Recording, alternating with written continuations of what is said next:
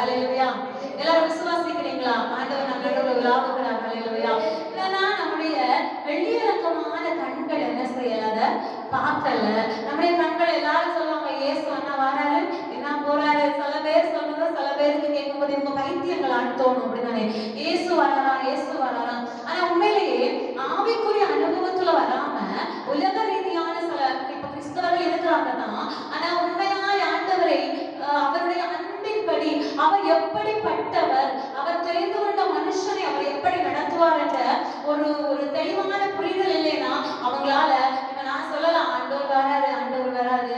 கண்ணு தெரியாத ஒரு மனுஷனை பார்த்து, ஒரு கண்ணு தெரியாத ஒரு மனுஷனை பார்த்து அவரை பார்த்து இந்த ட்ரெஸ் சிவப்பு கலர்ல இருக்குது, இந்த ட்ரெஸ் ரெட் கலர்ல இருக்குது அப்படின்னு நம்ம சொல்லும் போது அவருக்கு என்ன தோணும்? அவருக்கு கண்ணு தெரியாது. அப்படித்தானே? அவருக்கு கண்ணு தெரியாததால அவருக்கு என்ன தெரியும்னா இவங்க என்னவோ சொல்றாங்க. அப்ப அந்த பொருளுக்கு எப்படி தோணும்? அவருடைய கண்ணுக்கு மறைவுல ஏதோ இருள், ஏதோ ஒரு ட்ரெஸ் சொல்றாங்க, ஏதோ ஒரு கலர் சொல்றாங்க. ஆனா உண்மையிலேயே தெய்வத்துடைய அன்பை ருசித்தவர்களுக்கு தான் தெரியும். ஆவியானவர் நம் நடுவுல உலாவும் போது, அந்த ஆவியானவர் நம் அருகில இருக்கும் போது அந்த பிரசன்னத்தை நம்ம என்ன செய்ய முடியும்? உணர்ந்து கொள்ள முடியும். அதை உணராதவர்கள் என்ன செய்யறாங்க? குருடரமா இருக்கிறாங்க.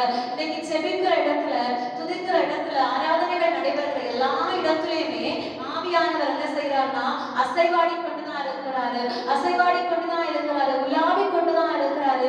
என்ன சில பேர் புரிந்து கொள்றாங்க, சில பேர் புரிந்து கொள்ளல.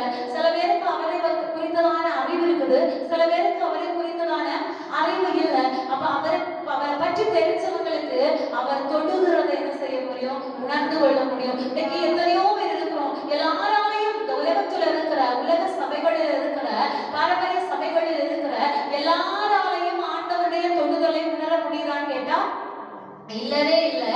அவர் சில மனிதர்களை தெரிந்தெடுத்து அபிஷேகித்து வைத்திருப்பாரானால் அந்த அபிஷேகம் பண்ணப்பட்ட தெரிந்து கொள்ளப்பட்ட அந்த மனிதர்களால் என்ன செய்ய முடியும்னா அவருடைய தொடுதலை உணர்ந்து கொள்ள முடியும். தேவ ஆவியானவரால அபிஷேகம் பண்ணப்பட்ட அநேக ஜனங்களை நம்ம தேவ புஸ்தகத்துல வாசிக்கிறோம். இன்னைக்கு உலகத்திலேயே என்ன செய்யறோம்? தேவ ஆவியானவரால அபிஷேகம் பண்ணப்பட்ட நிறைய பேர் என்ன செய்யறோம்? நம்ம பார்க்கிறோம். ஆவியானவருடைய அபிஷேகத்தை, ஆண்டவருடைய தொடுதலை உணர்ந்தவர்கள் நம்முடைய வாழ்க்கையில நிறைய காரியங்களை சாதிப்பாங்க. அப்ப தெய்வம் தெரிந்து கொண்ட, தேவன் அபிஷேகித்த ஒரு மனிதனுடைய வாழ்க்கை எப்படி இருக்கும்னா அவன் எல்லாவற்றிலையும் ஒரு வெற்றியுள்ள வாழ்க்கை, ஒரு சமாதானமுள்ள வாழ்க்கை என்ன செய்வான்? வாழ்வான். ஹல்லேலூயா, ஹல்லேலூயா. தேவன் தேடுகிற மனிதன் அவருக்கு பிரியமா இருக்கணும். அவர் எப்ப கூப்பிடுறாரோ அந்த நேரத்துல எல்லாம் நான் இருக்கிறேன் ஆண்டவரே, நான் அவைலபிளா இருக்கிறேன்னு சொல்ற அந்த சத்தமா என்ன செய்யறாருன்னா ஆண்டவர் பார்க்கிறாரு.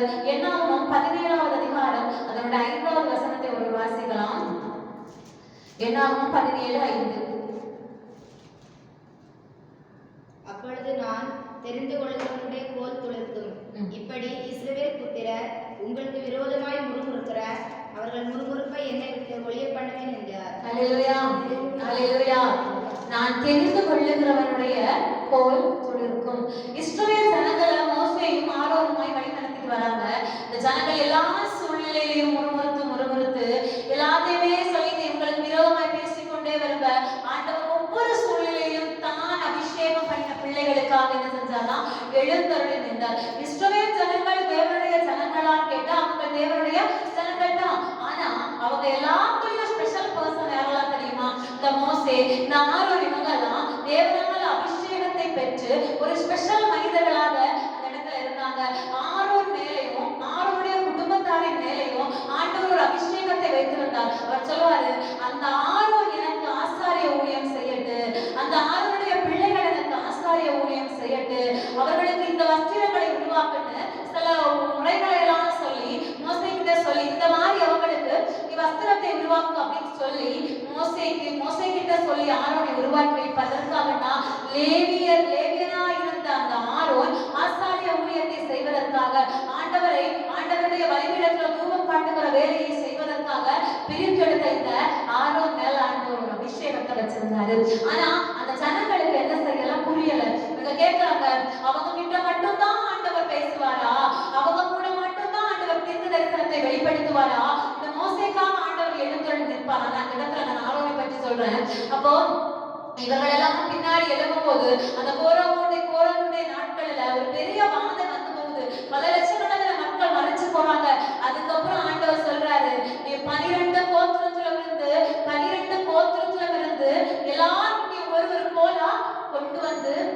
சமூகத்துல வைக்க சொல்லு. நான் தெரிந்து கொண்டவனுடைய கோல் துளிர்க்கும். ஹalleluya. இப்ப மோசே சொல்றாரு, எப்பா உங்க கூட ஆண்டவர் பேசணுமா, உங்க கூட ஆண்டவர் தீர்க்க தரிசனமான வார்த்தைகளை வெளிப்படணுமா, உங்களுக்கு ஆண்டவர் தரிசனமாகணுமா, எல்லாரும் ஒரு கோலை எடுத்துட்டு வாங்க. இவங்க நினைச்சிருப்பாங்க, நம்மளும் கோலெல்லாம் கொண்டு தெய்வ சமூகத்துல வச்ச உடனே ஆண்டவர் நம் கோத்திரத்துக்கு நம் மூலமாய் பேசுவார் போல நினைச்சிருப்பாங்க. இருக்கலாம். எல்லாரும் போய் கோலை எடுத்து கொண்டு வைக்கிறாங்க. வந்து யோசித்து பாருங்க, கோல் அப்படி கொண்டு வைக்க சொல்லும் போது நம்ம கூட ஒரு கம்பு எடுத்துட்டு வானா, அதிகமா எந்த கம்பு எடுப்போம் தெரியுமா? உலர்ந்து போய் ஒரு கம்பு எடுப்போம். யாருமே பச்சையா இருக்கிற திழுந்து வருவதற்கு இருக்கிற ஒரு மர கிளையில போய் நின்று அந்த கம்பை என்ன செய்ய மாட்டோம், வெட்டி எடுக்க மாட்டோம். இனி அதுல திழுக்காதுன்னு தெரிஞ்ச ஒரு கம்பை தான் என்ன செய்வோம், மரத்துல இருந்து வெட்டி எடுத்து கொண்டு வரும். அதுபோல இந்த 12 கோத்திரத்தின் சார்பிலையுமே 12 கோல்களை கொண்டு வந்து வெட்டி வைக்கிறாங்க. கோல்னா கம்பு தானே, சாதாரண கம்பு தான், வெட்டி கொண்டு வைக்கிறாங்க. அடுத்த நாள் காலையில பார்க்கும்போது ஆரோனுடைய கோல் துளிர்த்திருந்தது. ஆண்டவர் சொல்றாரு, லேவி கோத்திரத்துல அந்த கோலின் மேல நீ ஆரோரின் பேரை எழுது. நான் என்ன யோசிச்சேன் அப்படின்னா, லேவி கோத்திரத்திற்காக வைக்கப்பட்ட கோல் துளிர்க்கல, அபிஷேகம் பண்ணப்பட்ட ஆரோனுடைய பெயர் எழுதப்பட்ட கோல் துளிர்த்தது. ஹalleluya. அபிஷேகம் பண்ணின மனுஷன் ஆரோன், தேவன் தெரிந்து கொண்ட மனுஷன் ஆரோன். அந்த ஆரோனுடைய நாமம், அந்த ஆரோனுடைய பெயர் அந்த கோலின் மேல இருந்ததால மட்டும்தான் அந்த கோல் துளிர்த்தது. ஹalleluya. பட்டு போன கம்பு அது, தூக்கி வீசப்பட்ட கம்பு அது, யாருக்கும் பிரயோஜனமில்லாம ஒதுக்கி போடப்பட்ட கம்பு அது. ஆனா என் ஆண்டவருடைய கண்ணன் மேல படுவதற்கு காரணம், அபிஷேகம் பண்ணப்பட்ட ஒரு மனிதனுடைய பெயர், அபிஷேகம் பண்ணப்பட்ட ஒரு மனிதனுடைய பெயரின் மேல அவ்வளவு வல்லமை இருக்கும்னா, அபிஷேகம் பண்ணப்பட்ட உங்கள் ஒவ்வொருத்தர் மேலையும் எவ்வளவு பெரிய வல்லமையை ஆண்டவர் வைத்திருப்பார். ஹalleluya. ஹalleluya. அபிஷேகம் பண்ணப்பட்ட தெய்வ ஜனம், இந்த தேசத்திற்காக எழும்பி இருக்க வேண்டிய ஜனம். ஹalleluya. அந்த கோல் ஒரே ராத்திரியில அது திளிர்த்தது மாத்திரமல்ல, அது இலை வந்து அது பூத்ததா, அது காய்த்ததா, வாதுமை பழங்களை கொண்டதா. ஹalleluya. வாதுமை பழங்கள், ஒரு வாதுமை மரம் காய்ப்பதற்கு எத்தனை வருடங்கள் எடுக்கும். ஆனா அந்த அபிஷேகம் பண்ணப்பட்ட ஆளுடைய பெயர் அந்த கோல் மேல இருந்ததுனால ஒரே ராத்திரியில அந்த கோல் துளிர்த்து பழங்களை கொடுத்தது. அந்த ஒரு மரம் ஒரு இடத்துல நடப்படுகிறதுக்கு காரணம் என்ன தெரியுமா? கனி கொடுப்பதற்காக. ஆனா ஒரு இடத்துல ஆண்டவர் சொல்வார் தெரியுமா, எஜமான் வீட்டு எஜமான்கிட்ட போய் தோட்டக்காரர் போய் சொல்வாரு, இந்த ஒரு வருஷம் கூட பார்ப்போமே, இந்த ஒரு வருஷம் கூட இந்த கனி கொடுக்கதான பார்ப்போமே, இல்லைன்னா வெட்டி போட்டுடலாம். இன்னைக்கு நம்முடைய வீடுகளே நிறைய மரங்களை வைப்போம், மாமரம், கொய்யா மரம், அந்த மாதிரி இதெல்லாமும் மரங்களை வைப்போம். ஆனா நம்முடைய காரியம் இடத்தை அடைச்சிட்டு நிக்கிறதுக்காகவா? இல்ல, அது கனி கொடுக்கணும் அப்படின்னு சொல்லி தான் அந்த மரங்களை நம்ம நட்டு வைக்கிறோம். ஆனா அது கனி கொடுக்காத பட்சத்துல நம்ம எத்தனை வருடங்கள், கொஞ்சம் வருடங்கள் போன செய்வோம், முறிச்சு போட்டுருவோம். அப்படி ஒரு பிரயோஜனம் இல்லாத கோல் தான் இந்த ஆரோனுடைய கோல். ஆரோனுடைய பேர் எழுதப்பட்டது நிமித்தமாய் அது பூத்து காய்த்து கனிகளை கொடுத்தது, வாதுமை பழங்களை கொடுத்தது. எல்லாரும் போய் நின்று பாக்குறாங்க, ஆண்டவர் எங்க கூட பேச போறாரு. 12 கோத்திரத்து தலைவர்களை போய் நிற்கிறாங்க, ஆண்டவர் எங்க கூட பேச போறாரு. அவங்களுக்கு தெரியல, நாங்கள் கிறிஸ்தவர்களா இருக்கிறோமே தவிர கிறிஸ்துவை உடையவர்களா இல்லை என்பது. ஹalleluya. அவர்கள் யெகோவாவை ஆராதித்தது உண்மைதான், ஆனா ஆண்டவர் விரும்புகிறபடி, ஆண்டவர் அபிஷேகிக்கிற ஒரு வாழ்க்கை அவர்கள் வாழல. நான் ஆண்டவர் சொன்னாரு, நான் தெரிந்து கொண்டவருடைய கோல் துளிர்க்கும். ஹalleluya. அந்த இடத்துல வச்ச போது அந்த கோல்ல ஆரோனை தவிர வேற யார் பேர் எழுதியிருந்தாலும் லேவி கோத்திரம் ஆண்டவருக்கு பெருசுல. நீங்க என்ன நினைப்பீங்க? குடும்பத்துல இருந்து, இந்த குடும்பத்துல இருந்து வந்ததால, இல்ல இவ்வளவு பெரிய திருச்சபையில இருந்து வந்ததால, இவ்வளவு பெரிய தலைமுறையில இருந்து வந்ததால, இல்லவே இல்லைங்க. நீங்க ஒரு ஆள் தான், உங்களை மையப்படுத்தி ஆண்டவருடைய அபிஷேகம் இருக்கும். நீங்க ஆண்டவரால் அபிஷேகப்பட்டிருப்பீங்கன்னா உங்களை மையப்படுத்தி உங்கள் குடும்பம் ஆசீர்வதிக்கப்படும். ஹalleluya. நிறைய பேர் சொல்லுவாங்க, எங்க அப்பா எப்படிப்பட்டவர் தெரியுமா, எங்க அம்மா எப்படிப்பட்டவர் தெரியுமா. இன்னைக்கு தனிமையாய் அபிஷேகம் பண்ணப்பட்டவர்கள் முடங்கி இருக்கிறதுனால தான் ஆண்டவர் வேற வழி இல்லாம வேற யார் கோலையோ துளிர்க்க செய்யறாங்க. ஹalleluya. ஆனா இன்னைக்கு அபிஷேகம் பண்ணப்பட்ட, தேவனால் தெரிந்து கொள்ளப்பட்ட ஒவ்வொரு பிள்ளைகளும் எழும்ப ஆரம்பிச்சாங்கன்னா கனிவெடுக்க வேண்டியதே அபிஷேகம் பண்ணப்பட்ட பிள்ளைகளா, உலகத்தை கலக்க வேண்டியதே அபிஷேகம் பண்ணப்பட்ட பிள்ளைகளா. ஹalleluya. ஆண்டவருடைய தெரிந்து கொள்ளுதல், ஆண்டவருடைய தெரிந்து அந்த அபிஷேகம் பெற்றவன் இந்த உலகத்தையே கலக்கிற ஒரு மனுஷன். அபிஷேகம் என்பது தேவனால் தெரிந்து கொள்ளப்பட்ட மனுஷனுக்கு கொடுக்கப்படுகிறது. சரி, நம்ம என்ன நினைக்கிறோம், அபிஷேகம் அப்படின்னா அந்நிய பாஷை. ஒரு அந்நிய பாஷையில பேசினா அது அபிஷேகம் இல்லவே இல்லை. ஒரு அந்நிய பாஷை பேசுறது அபிஷேகம் இல்லவே இல்லை. அபிஷேகத்தினால் நிரம்புகிற ஒரு மனிதன் அவன் தேவனால் முற்றிலுமாய் மூடப்படுகிறவன். பழைய ஏற்பாட்டுடைய வார்த்தை எதை குறிக்கும் தெரியுமா? நீ போய் தூணுக்கு அபிஷேகம் பண்ணணும். ஆதியாகமத்துல சொல்லியிருப்பாரு, தூணுக்கு அபிஷேகம் பண்றதும் அப்ப நம்ம அபிஷேகம் பண்ணப்பட்டிருக்கிறோம் எப்படி ஒத்துக்கொள்ளாகும்? இப்ப தூணுக்கு அபிஷேகம் பண்ணினா பழைய ஏற்பாட்டு நாட்கள்ல பாலை ஊற்றுவாங்களா, தண்ணி ஊற்றுவாங்களா, ஏதோ ஒண்ணு ஊற்றுவாங்களா இருக்கலாம். அப்போ ஒரு கல்லா இருக்கிறது, அது மீது தண்ணி ஊற்றப்படும் போது என்ன செய்யும்? முற்றிலுமாய் நிரம்பி அது ஃபுல்லா கவராக அந்த தண்ணி பாய்ந்து என்ன செய்யும்? ஓடும். அதுதான் அபிஷேகம் அப்படின்றது. தேவனுடைய ஆவியானவரால் நாம் முற்றிலுமாய் நிரம்பி வாழுகிற, நாம் முற்றிலுமாய் நிரம்பி ஒரு அனலாய் அக்கினியாய் வாழுகிறதா அந்த அபிஷேகிக்கப்பட்ட வாழ்க்கை. இந்த அபிஷேகத்தை அநேகர் யாம் புரிந்து கொள்ளலைன்னா, 4 வார்த்தை அந்நிய பாஷை பேசுறது அபிஷேகம் தப்பா சபைக்குள்ள என்ன செஞ்சுட்டாங்க, கொண்டு வந்துட்டாங்க. அபிஷேகம் பண்ணப்பட்ட மனுஷன் ஒரு கரண்ட்டுக்கு சமம், ஒரு மின்சாரத்துக்கு சமம். நம்ம மேல அவ்வளவு அக்கினி என்ன செய்யும்? பற்றி எரிந்து கொண்டே இருக்கும். அபிஷேகம், தேவ அபிஷேகம் நிரம்பி இருக்கிற ஒரு மனிதனால, அவருடைய அபிஷேகம் நிரம்பி இருக்கிற மனுஷனால தேவ அக்கினி பற்றி கொண்டே இருக்கும். உங்களுக்கு விரோதமா ஒருத்தர் எழுப்புறான்னா யாருக்கு கேடு தெரியுமா? மின்சாரத்தினால ஒருத்தர் மோதுறாங்கன்னா யாருக்கு கேடு?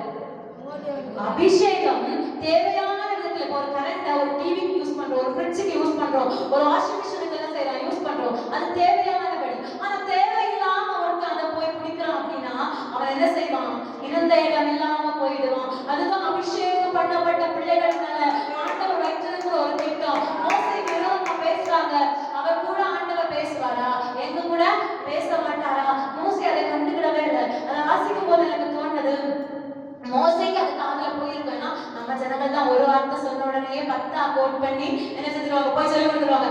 அவன் உங்களை பத்தி இப்படி சொல்றான், இவன் உங்களை பத்தி இப்படி சொன்னீங்க, இவ்வளவு தூரம் வனாந்தரத்துல நடத்திட்டு வந்திருந்தீங்க, ஆனா அவங்க இன்னைக்கு இப்படி உங்களுக்கு ஒரு கண்டிப்பா நியூஸ் யார் காதுக்கு போயிருக்கோம்? மோசையுடைய காதுக்கு போயிருக்கோம். ஆனா மோசே அதை கவலைப்படல. ஆனா அதுல கவலைப்பட்டது யார் தெரியுமா? கர்த்தர் கவலைப்பட்டாரு. கர்த்தருக்கு கோபம் வந்தது. அவர் கேட்கிறாரு, நான் பல தீர்க்கதரிசிகள் மூலமாய் சொப்பனத்துல பேசுறேன், பல தீர்க்கதரிசிகள் மூலமாய் தரிசனத்துல பேசுறேன், ஆனா நான் மோசே கூட அப்படி இல்லையே. நான் மோசே கூட முகமுகமாய் பேசுறேன், மோசே சாய தாழ்வானே, அவனுக்கு விரோதமாய் பேசுறேன். உங்களுக்கு எப்படி பயம் இல்லாம போச்சு? அவன் என்ன பார்க்கிற ஒரு மனுஷன், என்னுடைய பிரசனத்துல நிற்கிற ஒரு மனுஷன், என்னுடைய அபிஷேகத்துல நிறைந்த ஒரு மனுஷன், அவன் பின்னாடி போய் பேசுறதுக்கு இவங்களுக்கு பயம் இல்லாம போச்சுதே அப்படின்னு கோபம் என் ஆண்டவருக்கு வந்து. ஹல்லேலூயா. இதுதான் அபிஷேகம் பண்ணப்பட்டவனுக்கு ஒரு ஒரு ஸ்பெஷல் தகுதி, ஒரு ஸ்பெஷல் பாதுகாப்பு, ஒரு பெரிய கிரீடம் மாதிரி. அவன் தன்னால் அபிஷேகம் பண்ணப்பட்ட, அதாவது தனக்கு யார் யார் வேண்டும் என்று, தனக்கு யார் யார் தேவை என்று இந்த உலகத்திலிருந்து பிரித்தெடுத்து தன் பக்கமாய் வைத்திருக்கிறாரோ அந்த மனுஷனுக்கு விரோதமாய், அந்த மனுஷிக்கு விரோதமாய், அந்த ஊழியர்களுக்கு விரோதமாய், அந்த தேவ பிள்ளைக்கு விரோதமாய் ஒருத்தரையும் ஒரு விரல் கூட அசைக்க விட மாட்டான். ஹல்லேலூயா, ஹல்லேலூயா. என்ன பார்க்கிற மனுஷன் மோசே, என் கூட நிற்கிற மனுஷன் மோசே. ஆண்டவர் அவர்களுக்காக, அவருக்காக, மோசேக்காக ஆண்டவர் செஞ்சாரு, யுத்தம் செஞ்சாரு. ஹல்லேலூயா.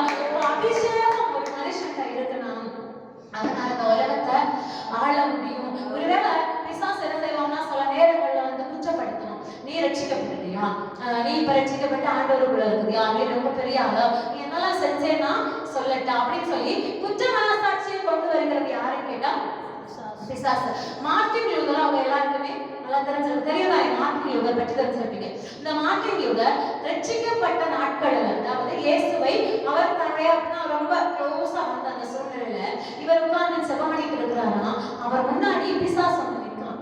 பிசாசு வந்து நின்றுட்டு ஒரு பேப்பர்ல நிறைய எழுதியிருக்கான், எழுதியிருக்கிறான். அந்த இவருடைய ஜெபத்தை ஆன் பண்றதுக்கு சொல்றாங்க, என்ன அபிஷேகம் பெற்றுட்ட, உன்னுடைய பாவங்கள் உனக்கு தெரியுமா? நீ தெரிந்து கொள்ளப்பட்ட மனுஷனா? நீ அபிஷேகம் பண்ணப்பட்ட மனுஷனா? நீ எதெல்லாம் பாவம் செஞ்சிருக்கிறேன்னு உனக்கு தெரியுமா? நான் ஞாபகப்படுத்தினான்னு ஒரு பேப்பர்ல ஒரு ஊசியா எழுதி வச்சுட்டு வாசிக்கிறான். நம்மளா இருந்தா என்ன செய்வோம்? ஐயோ ஆண்டவரே, நான் செஞ்சது உண்மைதான், ஆண்டவர் மன்னிச்சிருக்காரு, ஆண்டவர் அதை மறந்தாச்சு, விட்டாச்சு, போயாச்சு. இப்ப திரும்ப ஒன்றே என்ன செய்வோம்? பாட்டு பாட தொடங்க, துதிச்சுதான் இருந்திருப்போம், அதிக வாசால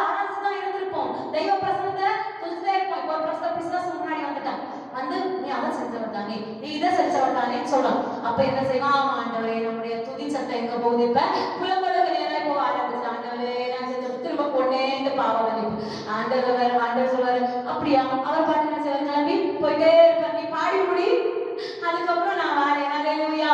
அப்போ இந்த மார்ட்டின் லூதர் என்ன சொன்னாராம், நீ இவ்வளவுதான் கொண்டு வந்தியா, நீ ஒரு நோட் எல்லாம் கொண்டு வந்திருக்கணும். ஹல்லேலூயா.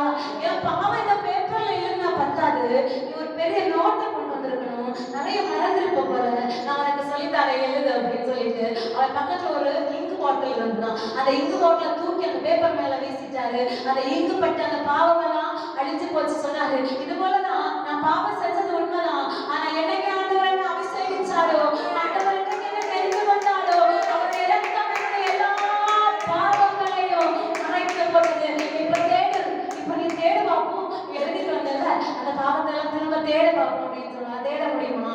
இங்கெல்லாம் அழிச்சது போல எப்படி திரும்ப பார்க்க முடியாதோ அதுபோல ஆண்டவர் என்றைக்கு உங்களை அபிஷேகித்து தனியா எடுத்தாரோ, என்றைக்கு உங்களை தெரிந்து கொண்டு தனியா உலகத்தை விட்டு பிரித்து வெளியே எடுத்தாரோ, அன்றைக்கோடு அவர் உங்களை முழுவதுமாய் நிரப்பிட்டாரு. முழுவதுமாய் உங்களுக்கு உள்ளம் புறமும் அபிஷேகம் பட்ட மனுஷனை தேவனும் ஆளுகை செய்ய தொடங்கிட்டாரு. ஹல்லேலூயா.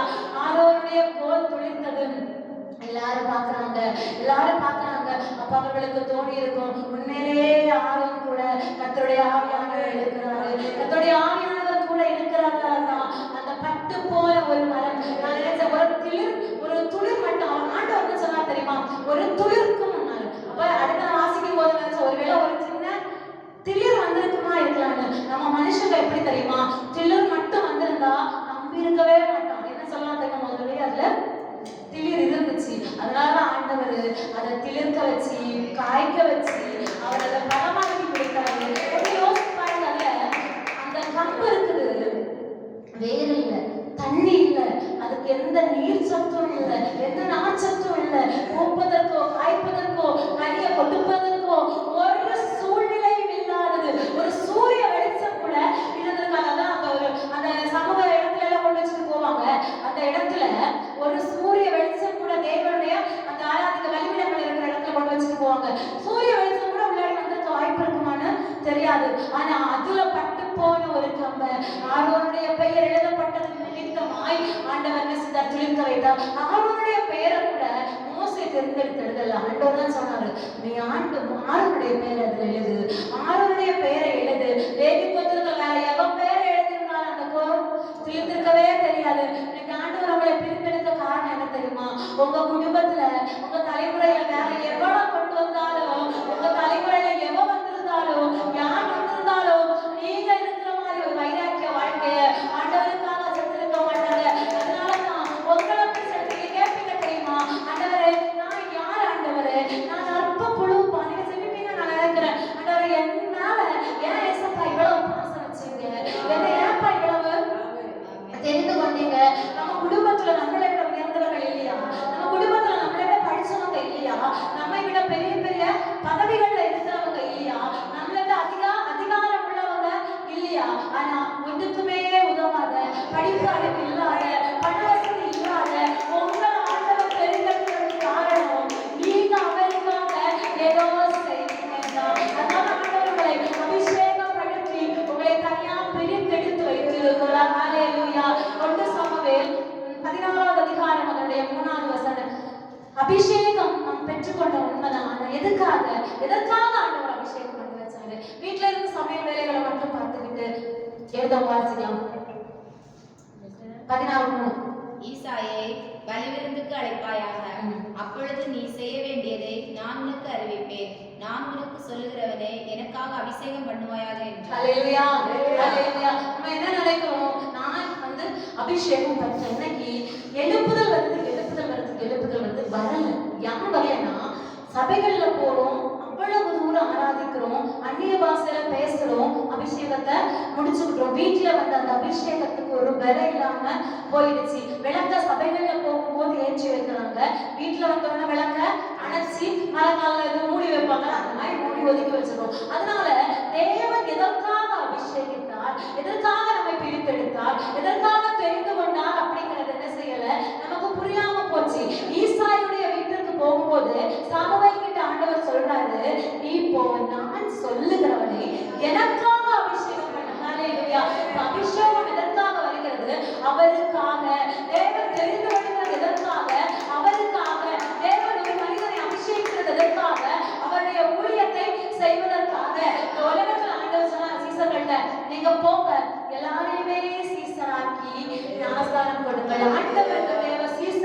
ஹalleluya. ஆண்டவருடைய வார்த்தையை சொல்லுகிற சீசர்கள், பரலோக ராஜ்யத்தை குறித்து பிரசங்கிக்கிற சீசர்கள். ஆனா அவருக்கு ஒண்ணு தெரியும், நம்முடைய ஜனங்கள் அற்புதங்கள் இல்லாம நம்ப மாட்டாங்க, அதிசயங்களை செய்யாம நம்ப மாட்டாங்க. அதனால அவரே இந்த உலகத்துல சுவிசேஷங்களை சொல்லும் போது அற்புதத்தோட கூட சேர்த்து சுவிசேஷங்களை சொன்னாரு. இன்னைக்கு அபிஷேகத்தை பெற்றோம் அப்படின்னு சொல்றோம், அந்நிய பாஷையை தவிர்த்து வேற எந்த வரம் நமக்குள்ளாய் கிரியை செய்து? ஒரு வரமும் கிரியை செய்யல. எப்ப அவனுடைய அபிஷேகத்தை பெற்றுக் கொள்ளுகிறோமோ அப்ப ஆண்டவர் கொடுத்த எல்லா வரங்களும் நமக்குள்ளாய் இருக்குது. அது ஒன்னொன்னா என்ன செய்யணும்னா செயல்பட ஆரம்பிக்கணும். அப்போஸ்தலர் 10:38 இப்படி சொல்லும். இத வாசிங்க.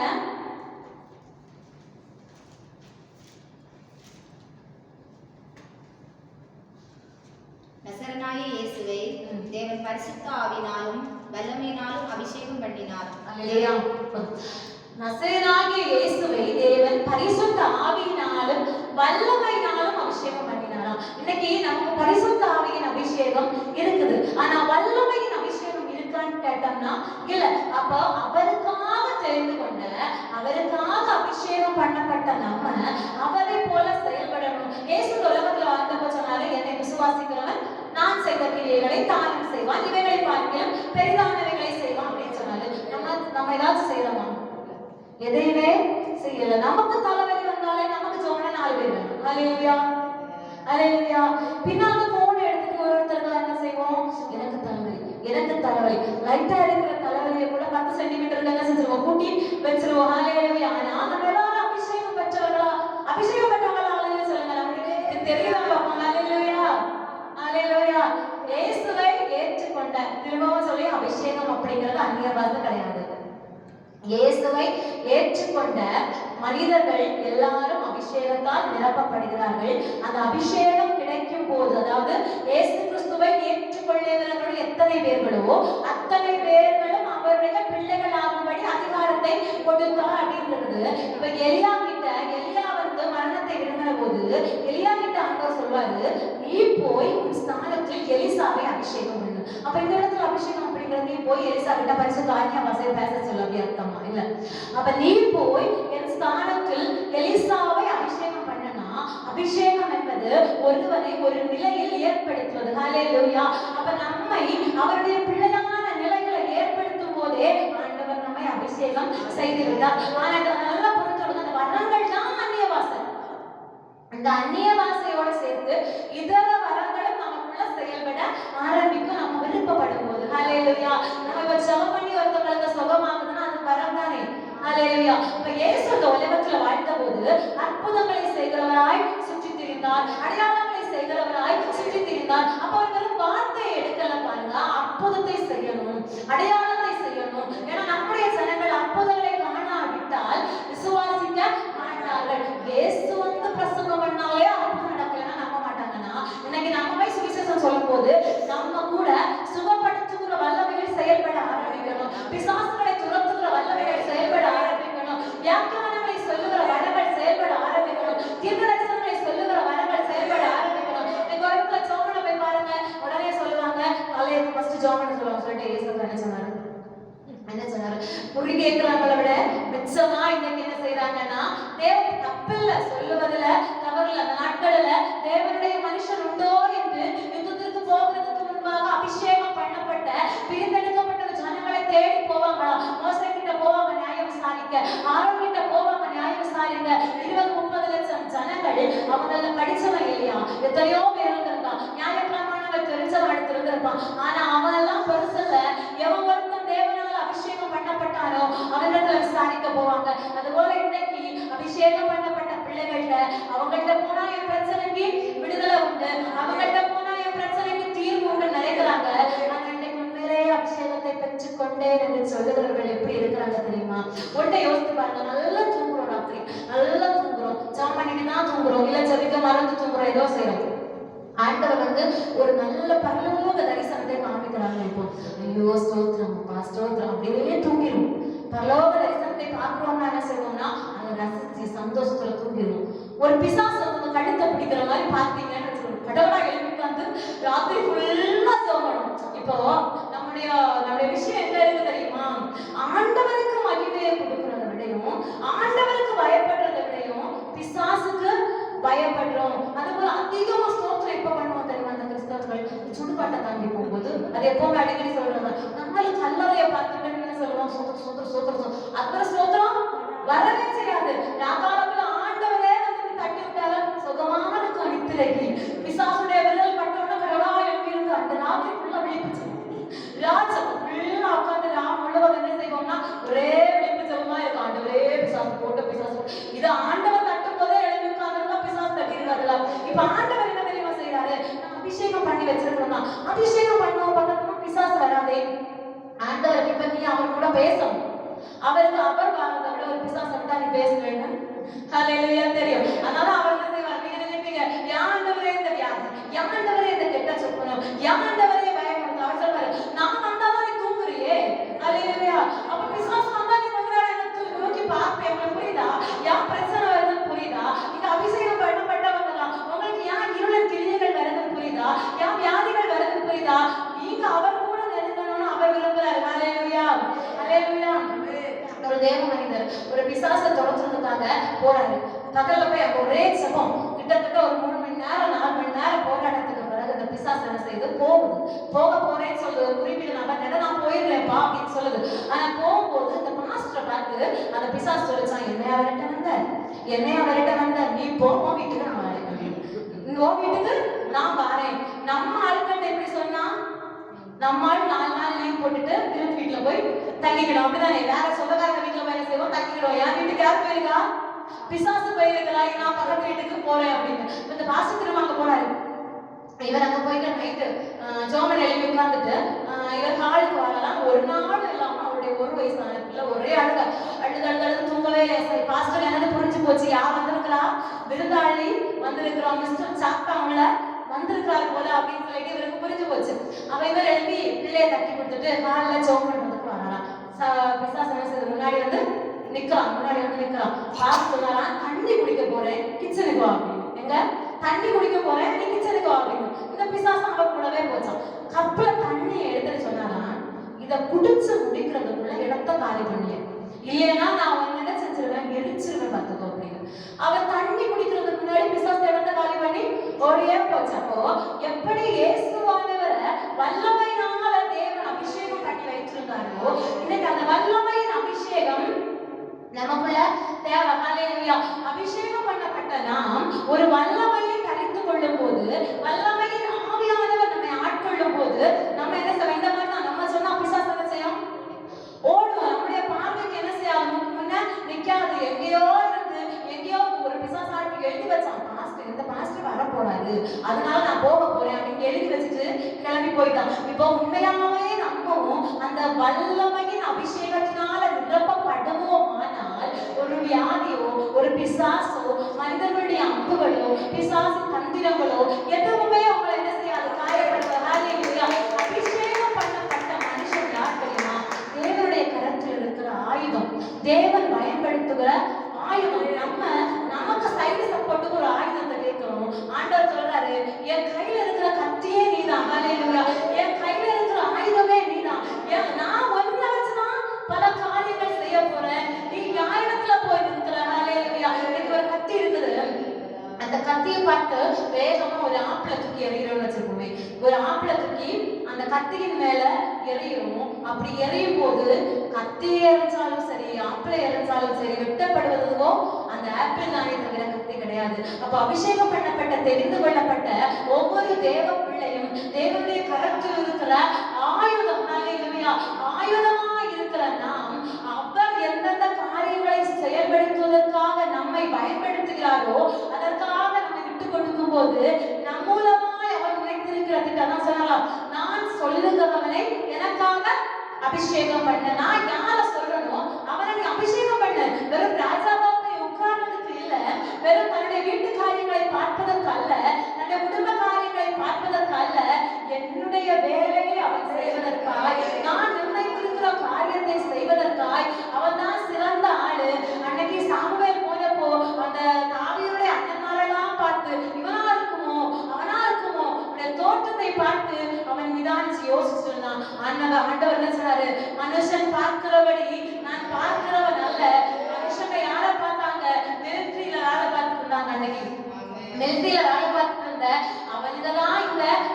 அபிஷேகத்துக்கு சரியான ஆட்கள் அப்படின்னு.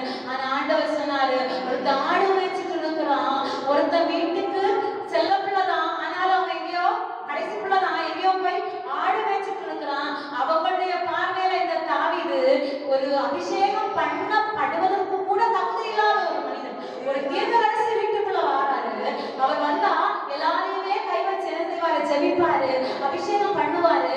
அப்ப அந்த கூட்டத்துல கூட அவர் என்ன செய்யல, தாவீது அழைக்கப்படல. போ வேலைய பாருங்க, அனுப்பப்பட்ட ஒரு சின்ன தாவீத ஆண்டவர் அபிஷேகித்தார், அவருக்காக அபிஷேகித்தார், அவருடைய வேலைக்காக அபிஷேகித்தார். இன்னைக்கு ஒவ்வொரு பிள்ளைகளையும் மோசே அபிஷேகித்தார், ஆரோனை அபிஷேகித்தார், ஜனங்களை வழிநடத்துவதற்காக. வேத புஸ்தகத்தில் எந்த மனுஷனையுமே ஆண்டவர் முன்குறித்தது தங்களுடைய காரியங்களை செய்வதற்கல்ல. சிம்சோன் தேவனால ஒரு அபிஷேகம் பண்ணப்பட்ட மனிதன். அவன் எப்ப அபிஷேகம் பண்ணப்பட்டான்னா, தாயின் கருவில உருவாகப்படுவதே, தாயின் கருவில தோன்றும் முன்னே அவன் மேல ஒரு அபிஷேகம் வந்தது. இஸ்ரவேல் ஜனங்களெல்லாம் பெலிஸ்தியர்களுடைய அந்த பெலிஸ்தியர்களுடைய பிரச்சனைகள் எதிர்க்கிறாங்க. பிரச்சனை பெலிஸ்தியர்கள் சூழ்ந்து கொண்டிருக்காங்க. இந்த நேரத்துல இந்த சிம்சோன் தாயின் கருவில வரும் முன்னே கர்த்தருடைய தூதனானவர் தரிசனமாய் சொல்றாரு, நீ ஒரு பிள்ளையை பெற போற, அந்த பிள்ளையை நசரேயனாய் வளர்த்தி கொடு.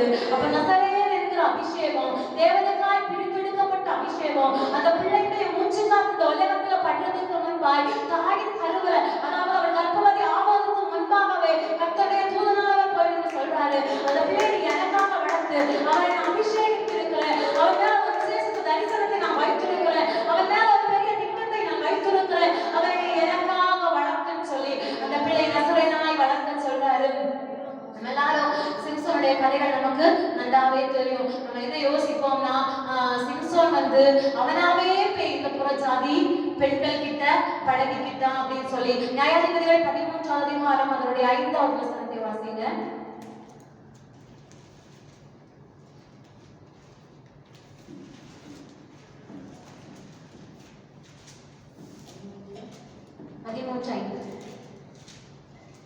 நீ கற்பம் தரித்து ஒரு குமாரனை பெறுவாய், அவன் தலையின் மேல் சவரகன் கத்தி படலாகாது. அந்த பிள்ளை பிறந்தது முதல் தேவனுக்கென்று நசரேயனாய் இருப்பார். அவன் இஸ்ரவேலை பெலிஸ்தரின் கைக்கு நீங்களாக்கி ரட்சிக்க தொடங்குவான்.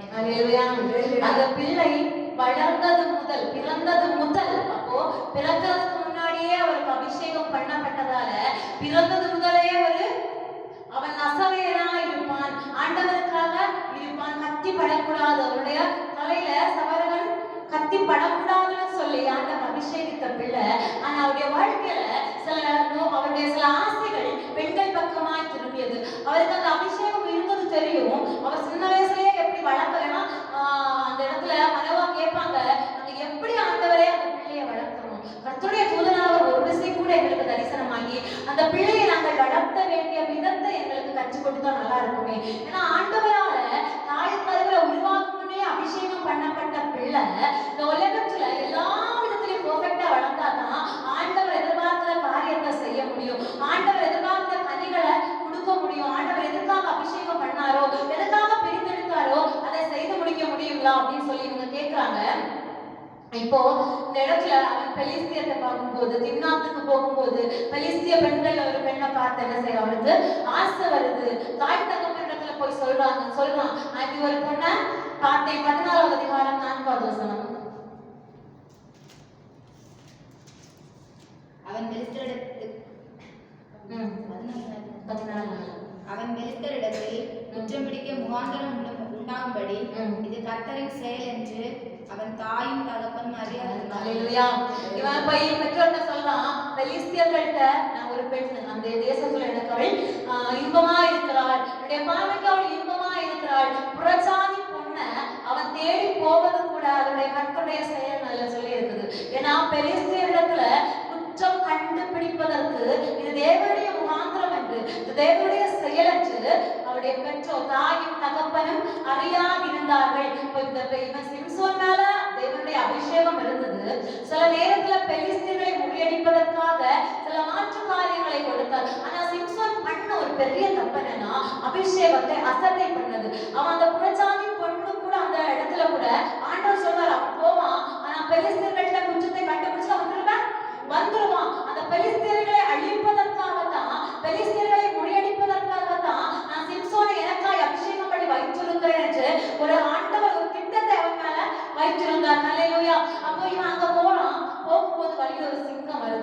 அந்த சிங்கத்தை அவன் சொல்லுவான்.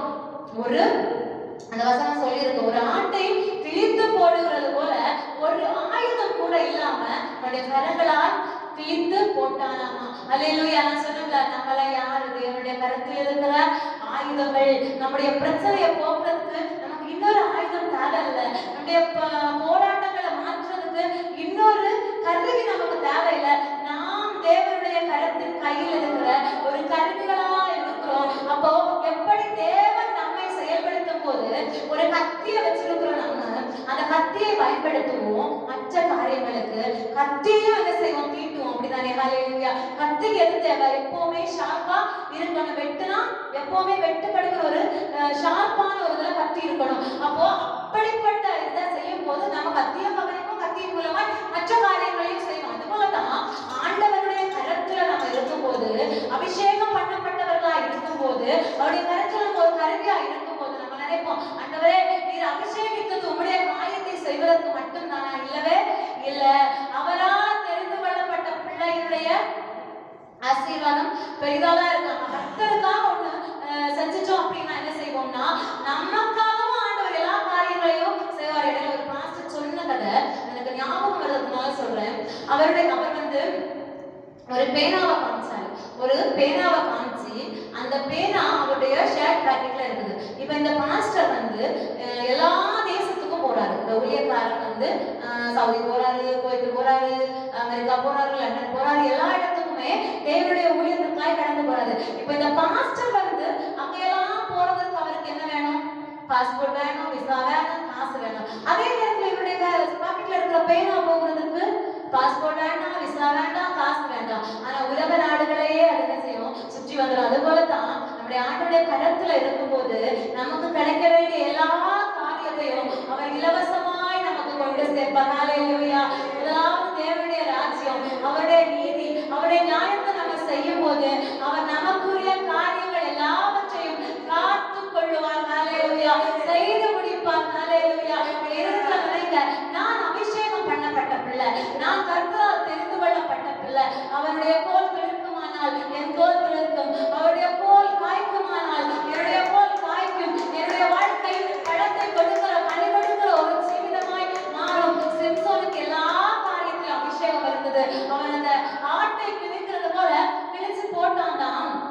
ஆனா கடைசி நேரத்துல கூட இன்னும் பெண்களால் அவனுக்கு சில அவன் பிச்சையில விழுந்ததால, பாவத்தில் எழுந்ததால அவன் ஒன்றே ஒரு அபிஷேகத்தை அசட்டை பண்ணிட்டான். ஆண்டவர் செய்யாதேன்னு சொன்னது, உன் தலைக்கு சிறைக்கப்படக்கூடாதுன்னு சொன்ன அந்த விஷயத்த, ரகசியத்தை என்ன செஞ்சுட்டான், சொல்லி கொடுத்துட்டான். இப்ப அவனுடைய எல்லாம் பலனும் போய் நிற்கும் போது கூட, அவரே ஒரு விசை மாத்திரம் என்னை நேர்த்தருளும். சிம்சோன் நினைச்சிருப்பான், ஒரு விசை மாத்திரம் என் மேல வச்சிருந்த அபிஷேகத்தை நேர்த்தருளும் ஆண்டவரே. அந்த தலைமுறை சிறைக்கப்பட்ட போது அவன் எல்லாமே போறானா, பெலிஸ்தீன் வந்த உடனே நான் இப்ப எல்லாமே ஒரு செகண்ட்ல என்ன செஞ்சிருவேன், முறியடிச்சிருவேன். அவன் கர்த்தருடைய ஆவியானவர் அவனை விட்டு போனதை அது யார் இருந்தாங்க. ஹல்லேலூயா. இன்னைக்கு அபிஷேகம் பண்ணப்பட்ட அநேக பிள்ளைகள் என்னைக்கோ ஒரு அபிஷேகத்தை பெற்றுக்கொண்டு அதே சொல்றான், எனக்கு ஆவியானவர் இருக்கிறாரு, என் கூட பரிசுத்த ஆவியானவர் இருக்கிறாரு, நான் எல்லாத்தையும் ஒரே வார்த்தையில முறியடிப்பேன். நாம என்ன தெரியுமா ஒரு உறுதி பண்ணி கொள்ள வேண்டிய விஷயம், ஆண்டவர் என் கூட இருக்கிறாரா இல்லையா? நான் அபிஷேகம் பெற்றது உண்மைதான், நான் தெரிந்து கொள்ளப்பட்டது உண்மைதான். ஆனா ஆவியானவர் என் கூட இருக்கிறாரா இல்லையா, ஆவியானவர் என்னை விட்டு போனாரா இல்லையாங்கிற தெளிவு மட்டும் நமக்குள்ள இருக்குன்னா நம்ம ஆவியானவரை விட்டு விடவே மாட்டோம்.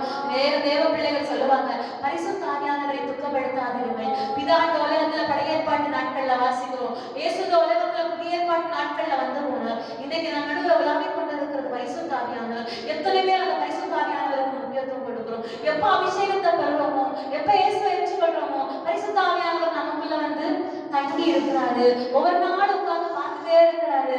இந்த மகள் மூலமாய் நான் செயல்பட போகிறேன், இந்த பிள்ளையின் மூலமாய் நான் செயல்பட போகிறேன். அவருக்காக அபிஷேகம் பண்ணப்படும் போது நமக்கு தேற்றனவாளராய், துணையாளராய் பரிசுத்த ஆவியானவரை தெய்வம் நமக்காக அனுப்பி வைத்தது. ஆனா எத்தனை பேர் ஜெபம் பண்ணும் போது நம்ம பக்கத்துல பரிசுத்த ஆவியானவரை உணர்றோம். இன்னைக்கு நிறைய கிறிஸ்தவர்களுக்கு பரிசுத்த ஆவியானவர்னா யாருன்னு தெரியல, பரிசுத்த ஆவியானவர் எப்படிப்பட்டவர்னு தெரியல, பரிசுத்த ஆவியானவர் நம்ம கூட எப்படியெல்லாம் செயல்படுவார்னு புரியல. பின்ன எப்படி வல்லமையின் அபிஷேகம் நம்மகிட்ட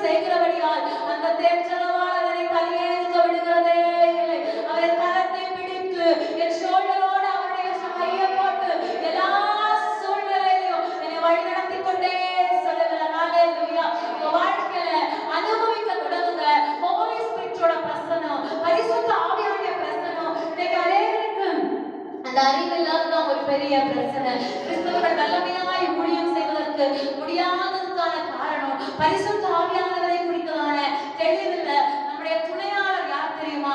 இயேசுவை ஏற்றுக்கொண்டவருடைய துணையாளர் பரிசுத்த ஆவியானவர். எல்லா பலவீனங்களிலும் நம்ம கூட இருக்கிறவர், எல்லா சோதனைகளிலும் கூடவே இருக்கிறவர். இன்னைக்கு அனலாய் வாழ வேண்டிய எத்தனையோ கிறிஸ்தவர்கள், அக்கினியாய் செயல்பட வேண்டிய கிறிஸ்தவர்கள் பரிசுத்த ஆவியானவரை பூட்டி வைத்திருக்கிறதால, பரிசுத்த ஆவியானவரை செயல்பட முடியாம அடக்கி வைத்திருக்கிறதால இன்னைக்கு அவருடைய வல்லமையின் அபிஷேகம் நம்ம மத்தியில செயல்பட முடியாம போகுது. ஹல்லேலூயா, ஹல்லேலூயா.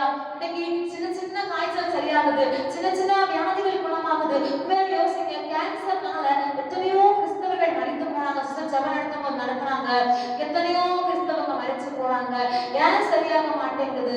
அநேக கேன்சர் பேஷண்ட்ஸ் சில பேர் பிசாசு ஆடும் போது சொல்றது, அந்த கட்டி அவளுக்குள்ள வச்சதே நான் தான், 70% வரைக்கும் கொண்டு வந்துட்டேன், இனி ஒரு கொஞ்சம் ஒரு 30% தான் இருக்குது, அவருடைய ஜீவனை நான் எடுத்து போடுவேன். எத்தனையோ கிறிஸ்தவர்களுக்குள்ளாக இந்த வியாதி, அபிஷேகம் பண்ணப்பட்ட பிள்ளைகளுக்குள்ளாக பிசாசு பார்ப்பான், இவளுக்குள்ளாக சின்ன வியாதியை போட்டா இவன் முடங்கிடுவான்னு அவங்களுக்கு வியாதியை கொண்டு வருவான், இவளுக்கு சில பிரச்சனையை போட்டா இவன் முடங்கிடுவான்னு அந்த பிரச்சனையை கொண்டு வருவான், இவளுக்கு பண பிரச்சனையை கொடுத்தா இவன் முடங்கிடுவான்னு அந்த பிரச்சனையை கொண்டு வருவான். இது எல்லாவற்றிலும் ஜெயம் கொள்ளுவதற்கு நமக்கு ஒரு ஆள் தேவை, பரிசுத்த ஆவியானவர். அவர் எப்போதும் தேவை நம்ம கூட.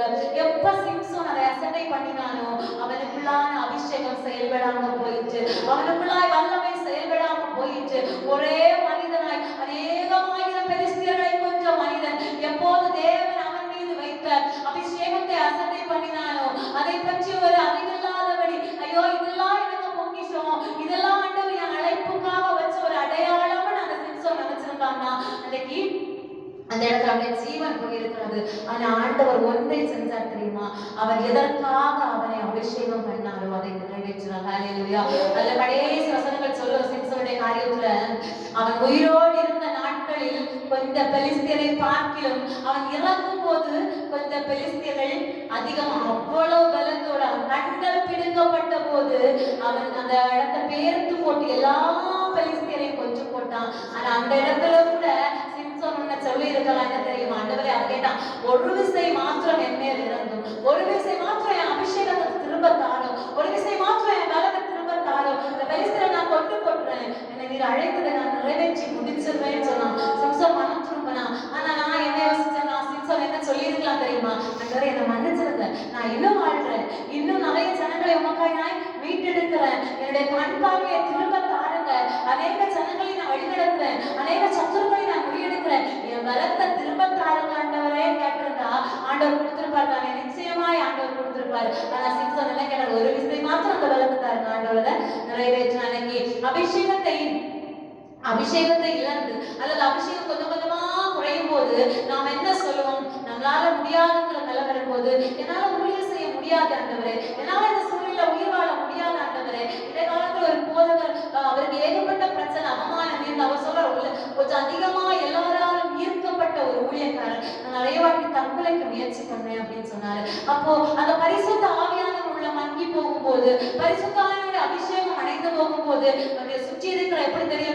எல்லாமே இருளா தெரியும். நம்முடைய பரிசுத்த ஆவியானவர் நமக்குள்ள இருக்கிற அபிஷேகம் ஒரு விளக்கு, நம்முடைய பாதைக்கு ஒரு வெளிச்சமும் விளக்கும். அதுதான் நமக்கு அடுத்தடுத்த பாதைகள்ல அடுத்தடுத்து என்ன செய்ய வேண்டும் என்பதை காண்பிக்குமே தவிர சுய ஆலோசனையால் நம்மளால என்ன செய்ய முடியாது, ஓடவே முடியாது. ஒருவேளை உலகத்துல இருக்கிற ஒருத்தன் வாழுவான், ஆனா தேவனால் அபிஷேகம் பண்ணப்பட்ட ஒரு மனிதன், தேவனால் தெரிந்து கொள்ளப்பட்ட மனிதன், அவன் மீது ஆண்டவர் வைத்த அழைப்பையும் அவன் மீது ஆண்டவர் வைத்த திட்டங்களை விலக்கிவிட்டு ஒரு வாழ்க்கை வாழவே முடியாது. அல்லேலூயா.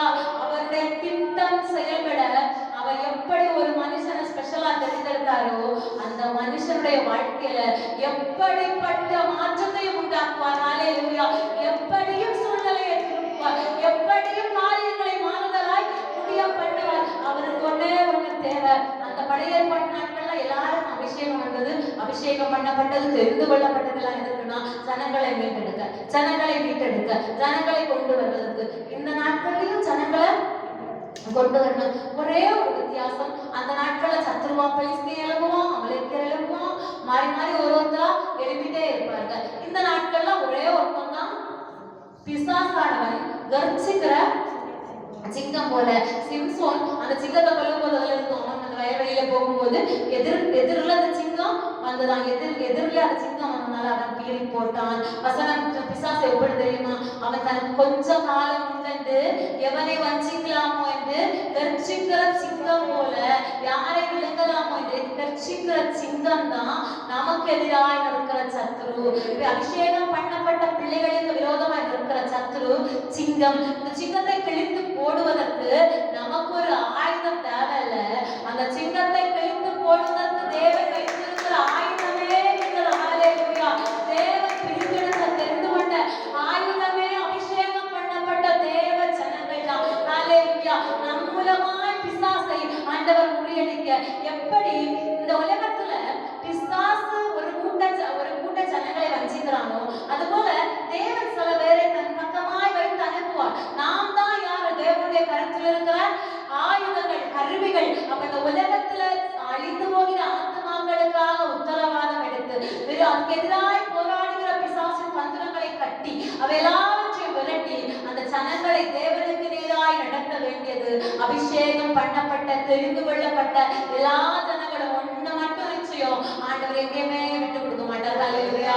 எங்கேயுமே விட்டு விலகி நிற்க மாட்டார். உங்களுக்குள்ள இருந்து கிரியை செய்து கொண்டிருப்பார். உங்களுக்குள்ள பரிசுத்த ஆவியானவராய் இருந்து அவர் பெரிய தெய்வமாய் இருந்து அவர் மறைந்து உங்களை வெளிப்படுத்துவார். ஹல்லேலூயா. அபிஷேகம் பண்ணப்பட்டவன் சொல்ல வேண்டிய வார்த்தை, ஆண்டவரே இது நான் அல்ல, ஆண்டவரே என்னை நீர் வாழ்கிறீர், இது நீர் தான் ஆண்டவரே, ஆண்டவரே நீர் தான் என்னால் பிழைத்திருக்கிறேன், நான் மறித்து போறேன் ஆண்டவரே, என்னுடைய உலகம் அல்ல, என்னுடைய வம்சம் அல்ல, என்னுடைய சிந்தை அல்ல, நீர் எதற்காக என்னை அபிஷேகித்தீரோ, என்னை எதற்காக பிரித்தெடுத்தீரோ அந்த அபிஷேகம் என்னை ஆண்டவரே நீர் முன்குறித்த பாதையில நடத்தட்டும்னு நீங்க சொல்லுவீங்க தெரியுமா?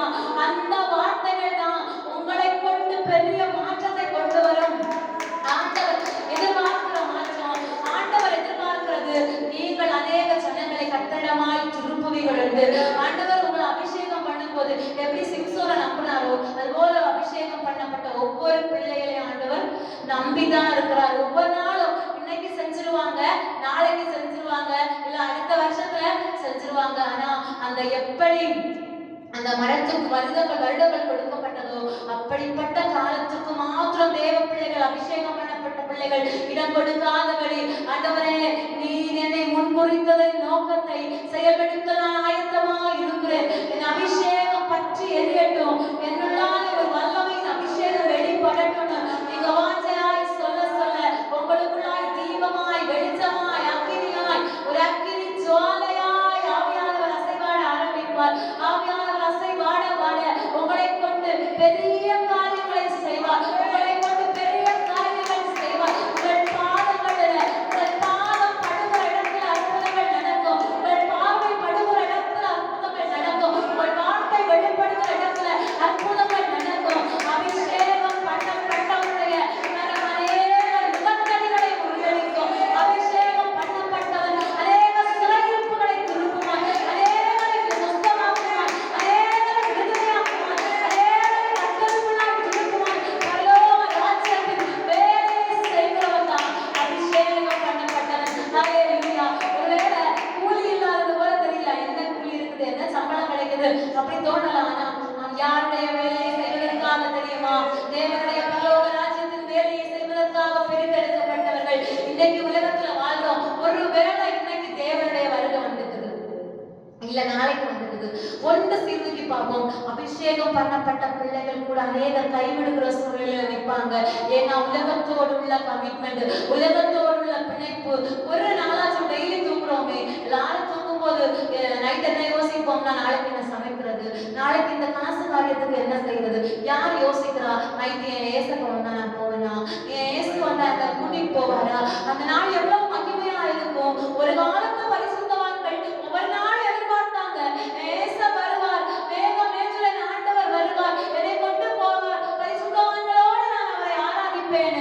ஆனா இன்னைக்கு யார் ஆண்டவரை எதிர்பார்க்கிறோம், யார் ஆண்டவரை நினைக்கிறோம்? நம்முடைய பிரச்சனையை அவர் நினைக்கிறவங்களுக்காக சொல்றோமே தவிர அவருடைய அன்பை நம்ம என்ன செய்யல, நினைக்கவே இல்லை. அவர் அபிஷேகம் பண்ணும் போதே நினைத்தது, இவள் என் அன்புக்கு பாத்திரமான மகள். அதான் ஒரு வார்த்தை சொல்லியா, எல்லா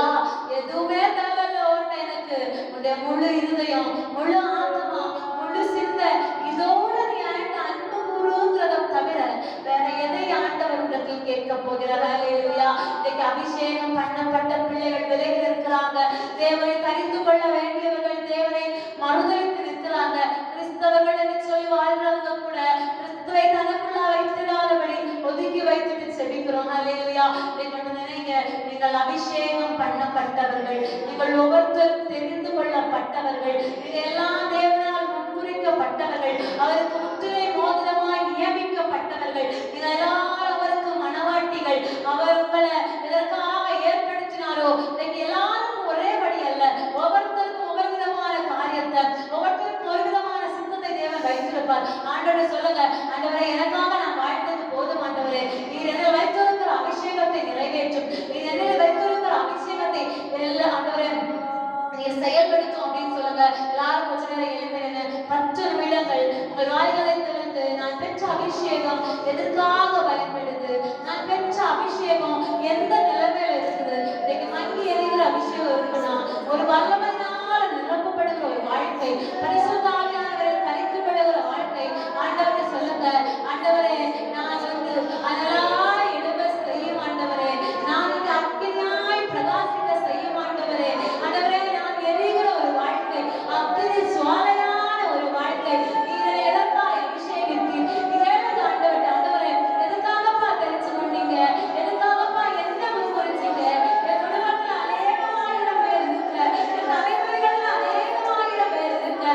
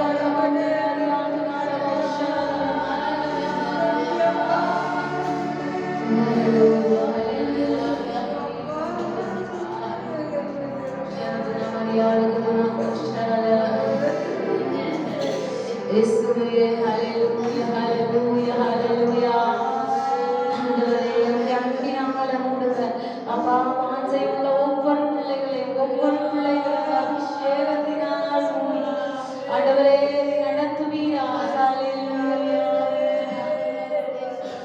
ஆண்டவரே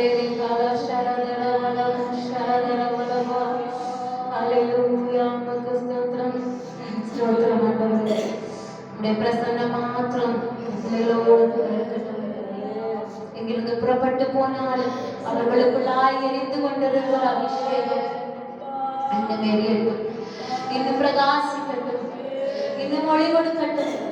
இன்னும் அநேகர் அவர்கள் வெளிச்சத்திற்காய் கடந்து வந்து அவர்களிடத்துல உதிக்கிற ஒளி இடத்துல கடந்து வந்து அவர்கள் மூலமாய் உண்மை பிரஸ்தாபப்படுத்த செய்து உண்மை மகிமைப்படுத்த செய்து அந்தல மறைத்து கொண்டு இதே வழிபடுத்தும். அன்பின் பரலோக பிதாவே, நன்றியோடு துதிக்கிறோம் கர்த்தாவே. இந்த ஆராதனையில தேவாவியானவர் எங்களோடு அசைவாடுவீர். உடைய கிருபைகளுக்காய் நன்றி அப்பா. ஆண்டவரே அப்பா தகப்பனே, இங்கிருந்து போகிற ஒவ்வொருத்தரும் வாழ்க்கையில பிரகாசமாய் மற்றொருக்காக ஆண்டவரே வாழ்கிற ஒரு வாழ்க்கையில உமக்காக அநேக காரியங்களை செய்வதற்கு தேவாவியான உதவி செய்யபடியாய் சென்று பிரசனத்துக்குள்ளாய் மறைத்துக் கொள்ளுங்க, பாதுகாத்துக் கொள்ளுங்க. இயேசுவின் மூலம் ஜெபிக்கிறோம் நல்ல பிதாவே, ஆமென். என் ஆத்துமாவே கர்த்தரை ஸ்தோத்திரி, என் உள்ளமே பரிசுத்த நாமத்தை ஸ்தோத்திரி. என் ஆத்துமாவே கர்த்தரை ஸ்தோத்திரி, உமது சகல உபகாரங்களை மறவாதே. ஆமென். அல்லேலூயா.